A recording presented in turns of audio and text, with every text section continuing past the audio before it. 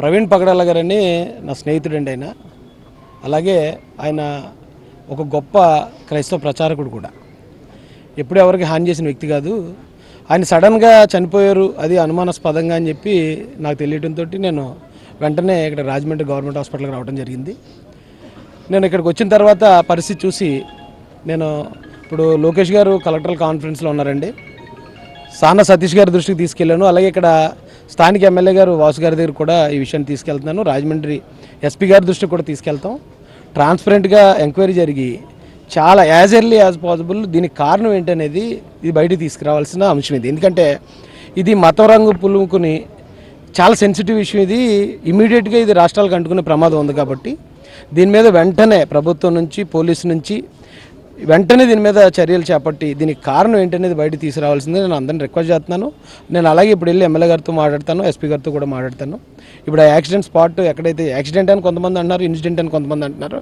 ఇది ఎప్పుడు జరిగిందో కూడా తెలియని పరిస్థితి అంటున్నారు.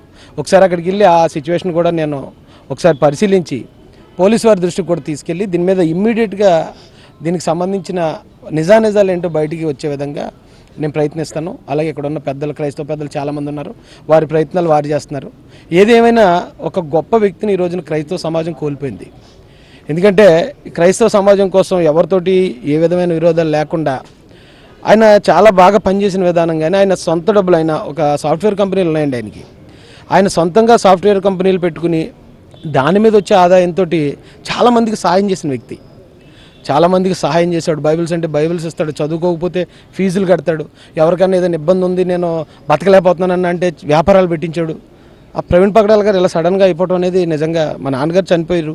నేను మొట్టమొదటి బయటికి రావడం ఇదే విషయం తెలిసిన వెంటనే నేను ఇక్కడికి రావడం జరిగిందండి. దీని మీద మాత్రం ఖచ్చితంగా చివరి వరకు నేను ఖచ్చితంగా అందుబాటులో ఉంటాను. ఆయన వెనక మా సోదరుడు, నా మిత్రుడు వెనక ఆ మృతి వెనుకున్న కారణాలు ఏంటో త్వరగా ప్రభుత్వం ద్వారా దీన్ని బయటపెట్టించే విధంగా నా వంతు ప్రయత్నం నేను చేస్తానని తెలియజేస్తానండి. Thank you so much.